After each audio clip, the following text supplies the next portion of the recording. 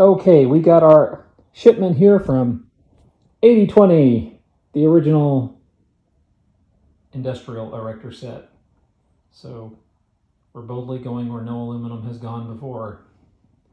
And that doesn't look like that would be heavy, but hey, that's heavy. Worked up a little bit of a oomph getting it out here into the game room floor. But we're gonna bust this thing open and pull out the parts we ordered and lay it out on the floor. So yeah, that's pretty neat. Everything's shrink wrapped, but all the parts are labeled individually. And stop, look, more parts inside. It's kind of like free toy inside, free toy inside. And you had to dig around in the bottom of the cereal box to get the free toy. Your mom would always say, don't stick your hand all the way down to the bottom of that cereal box.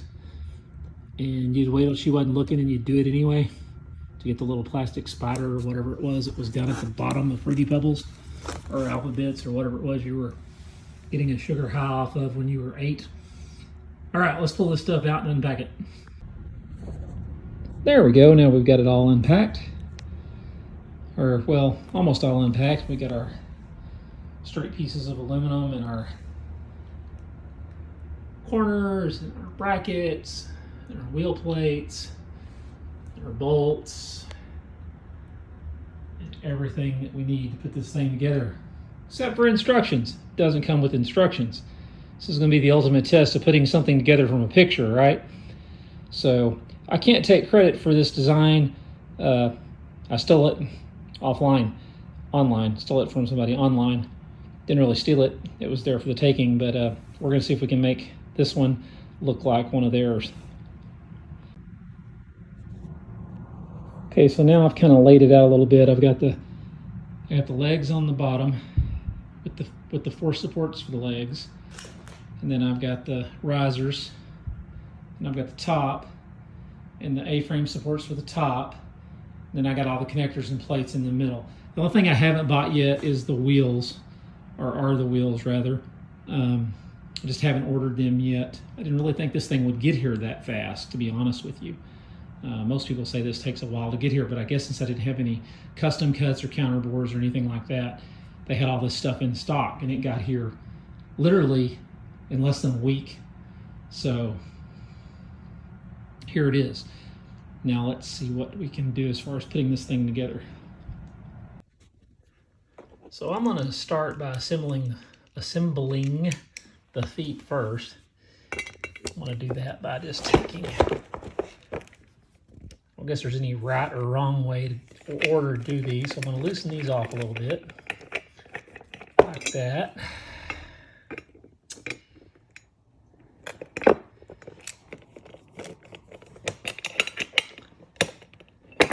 Terrible camera work, huh?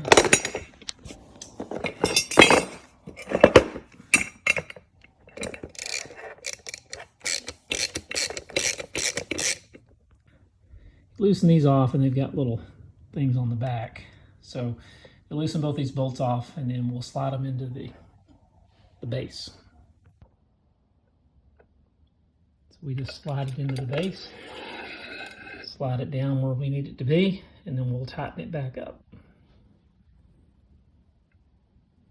Couldn't measure these to get them exact, but I think I'll just eyeball them. So there we have one side put together. Tighten down. Do the same thing on the other side. Make this a little A-frame here. Give it a little support. So there's our first assembled stand. Maybe off a little bit down there, maybe an inch. Somebody might put a tape measure on that and slap me around a little bit, but not bad for eyeballing it. That's not quite the same either, but I guess I could fix that, couldn't I? Move that out a little bit. That would probably fit a little snugger, but nobody ever accused me of being a carpenter. There we go. Got the the base is assembled with the little crossbars, the little braces. There's not, like I said, they're not perfectly spaced out, but nobody's going to be putting a tape measure on it, so not too bad. We move on. Okay, now I'm going to assemble the top piece, which is we're going to take the longest piece, put 2 crossbars on it, or 2 of these angle pieces for braces, and the other 2 like that. This should theoretically make it adjustable if we want to do a wide body. So that's next. Okay, I think we got the top half kind of framed out. It should have room to slide the left section out if we need a wide body, or we can move it back in for a standard size pin. That's the plan anyway. How easy that is to do in practice, I don't know.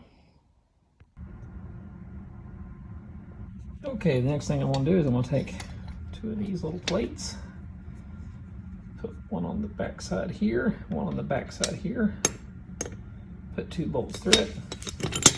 So basically, I'm making that. And once I make that, I'm attaching them like this. So I'm making my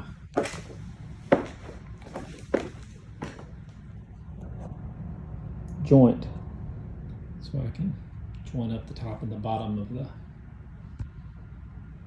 rig. So there we go. We've got the 4 sides assembled. Now the top should just slide down onto that, and then we tighten the top 2 bolts. The bottom bolts are just finger tightened to hold it down, because if we didn't have these 2 bolts tightened, finger tightened, the whole assembly would just fall to the bottom. So now I'm going to do the other one, just like it. Okay, we've joined the top to the bottom. Kind of tightened down our supports.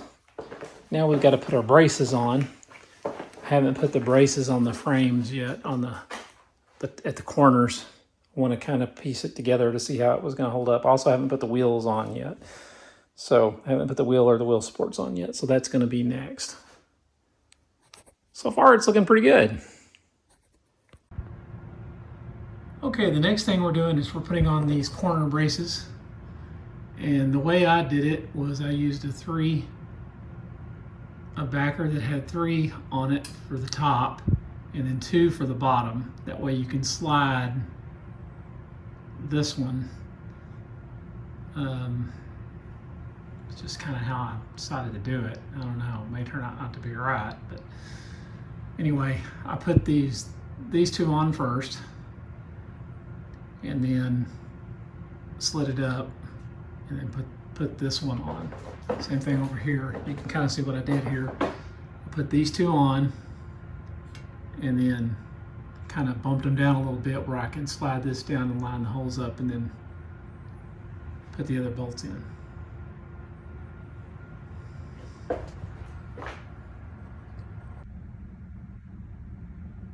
Okay, for the bottom braces, I want to put 1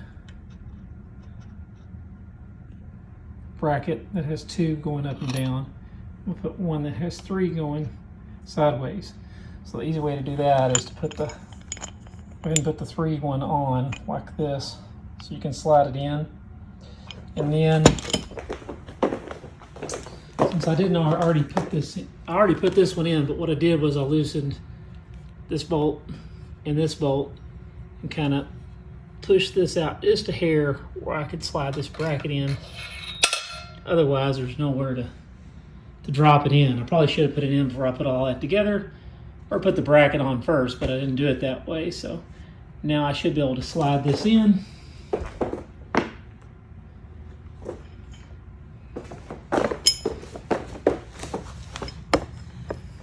Right here. There we go. that, that's where my, and then I'll put the other 2 bolts in, tighten it all down, and I'll have my other strengthening bracket. And then I'll put the other one on the other side. Okay, for your wheel mounts, you take one of these little critters. Forget what the part number on these is. There you go, 2130. You get 4 of these. Take one of these. And you need 2 of these bolts. I don't know what the number on these are. They're the only ones like them. And there's 4 of them. I mean, there's 8 of them. They ship you 8 of these. If you buy this kit spec'd out the way it's spec'd out. Okay, so I'm gonna get 2 of those. Okay. And then I need 1 plate that's got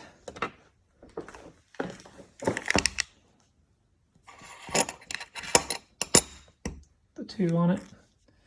These are going to go in the back side because they're countersunk, like that, like that. See, they'll fit down in there. I'll go through. And the caster is going to go in the middle. So let's put this one together, and when we get it put together and screw down a little bit, it'll come out looking like that one. It allows us to slide it into the aluminum. Okay, today we're going to be putting on the wheels. These are the wheels we ordered. Got these from Amazon. These are 3-inch casters. They actually support way more weight than we need. I think these have 450-pound weight ratings, and there's 4 of them here. So like I said, that's way more weight than we need. But these were cheaper than buying them from the company where we bought the aluminum. So yep, this is what we're going to do now. These also have locks on them in case you want to lock it down. We won't be doing that very often, but you can if you like. So that's project for today. Let's do that next. Okay, so now we're going to put the mounts on for the legs that we've already put together.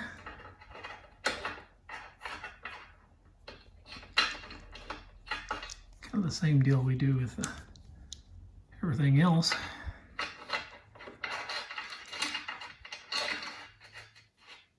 I want to put them even with the ends, just so that they're spaced out pretty good. Just slide them in and tighten them down.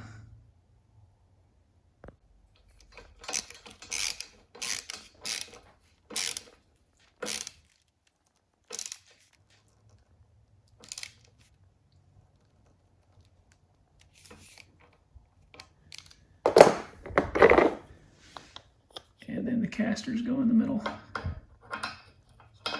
just like that. And there we go. Now we've got a caster. I'm going to put the other one on the other side, and then we'll flip it over into the other side of the rig.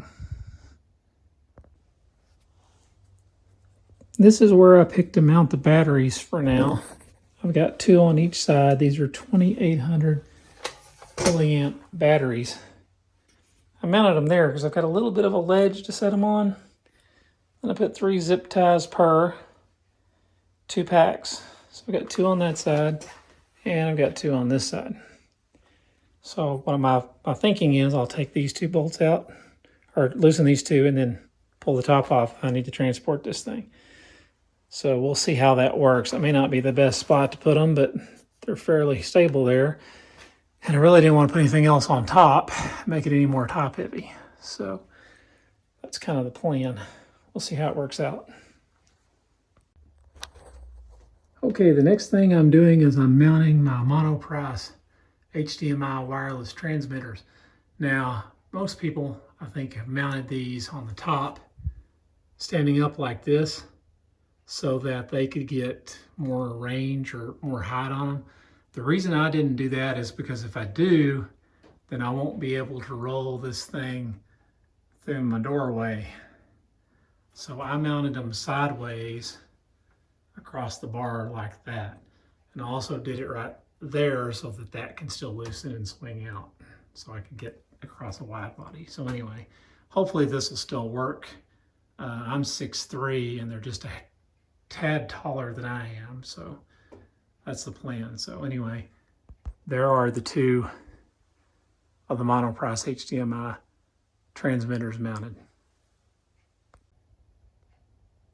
Okay, now we've mounted our third HDMI transmitter. This one's a Nereus, I think that's how you pronounce that. Apparently you can't have 3 of these Monoprice ones. They interfere with each other. There's only 2 channels available, so I went for this. This is the suggested third one, so here's number 3. I could put it over as far to the side as I could, so I won't interfere with my camera. So now we have 3 mounted. Okay, a little bit about the cameras that I decided to go with after some trial and error. These are Sony HDR CX240s. I bought these totally refurbished on eBay for not very much money. And the reason I bought these is because they have USB. You can charge them by USB, which means you can power them by USB. And they have HDMI outs. You can also stream them from the HDMI ports, which is very important. I bought some other cameras on Facebook Marketplace for like 20 bucks, and they have that capability to power from USB, and they have HDMI outs, but the minute you hit the HDMI ports, they go into playback mode, and you cannot force them to record when you have HDMI plugged in, so that's a problem. So these little Sony cameras work perfect for this. So I have 2 of the HDR CX240s, and then I have one newer model that I bought off Facebook Marketplace, but it's basically a newer model of this same camera. So we're using these. And then for the wireless transmitters, I am using these Monoprice Blackbird wireless HDMI extenders. I have a pair of these. Now apparently 2 of these is all you can get running in the same location, or they will stomp on each other channel wise. So I'm running 2 of these, and then for the third camera I'm running and I will never pronounce this correctly, so this is the third one. This is I'm gonna say Nereus, but I have no idea how to pronounce it. This is what I'm using for the third camera feed, so it can also be wireless. Now you have to split the signal on this one because it has some kind of weird copyright or encryption or something on it. And so right before it goes into the computer, you use a splitter and split the signal, and somehow that strips it out. So I'm doing that as well. So that's our 3 wireless HDMI transmitters that we're using. And these little multi-function clamps from Amazon are what I'm using to attach the cameras to the rig. So I've got 3 of these. They work pretty well. Might have been better if they were just a tad bigger on the clamp side, but they work, so I'm using these. So I've got 3 of those. And I also picked these up on Amazon for not much money. These are Uhf Wireless Microphones, and they come as a pair. So I'm going to use one of them to mic the game, and then I'm going to use one of them for the kind of the play-by-play, so we can pass a mic around when we're not using headsets, maybe to interview players if we're doing league events or something like that. They're actually pretty nice mics for, I saw the reviews on them. They're substantial, they're metal, they're not plastic. So, I mean, they're not sure or anything like that, but not bad. And they just plug into your jack on your computer, and then they're powered off USB. So, not a bad little setup. So on the receiver end, I took this old tree that I had here, and I put my 2 wireless receivers that are the match pair, and then the one that's kind of the oddball, and I took the splitter and put on top of it, and I just put all that up there, and I USB'd them down to, or HDMI'd them down to these little gizwizzies you get from Amazon that are way cheaper than Elgato's. These were like 10 bucks a piece on sale. And then USB down to the computer over there. So that's how that works. So here is the finished rig. We have power pack on that side, power pack on that side, and then we have lights on both sides, also held on by the little clamps. We have player camera, playfield camera, score camera, and then our transmitters across the top, and then all the cables. Now you're going to need USB cables and HDMI cables and all those types of things. And then I attached my power strip down here with my chargers for my power bricks. So all I have to do is plug that in and grab my cables and run my USB cables from down there to up here and plug these in and let them charge. And so that's kind of the gizwiz. Actually came off pretty nice. So now we're gonna kind of give it a test run, see how it does.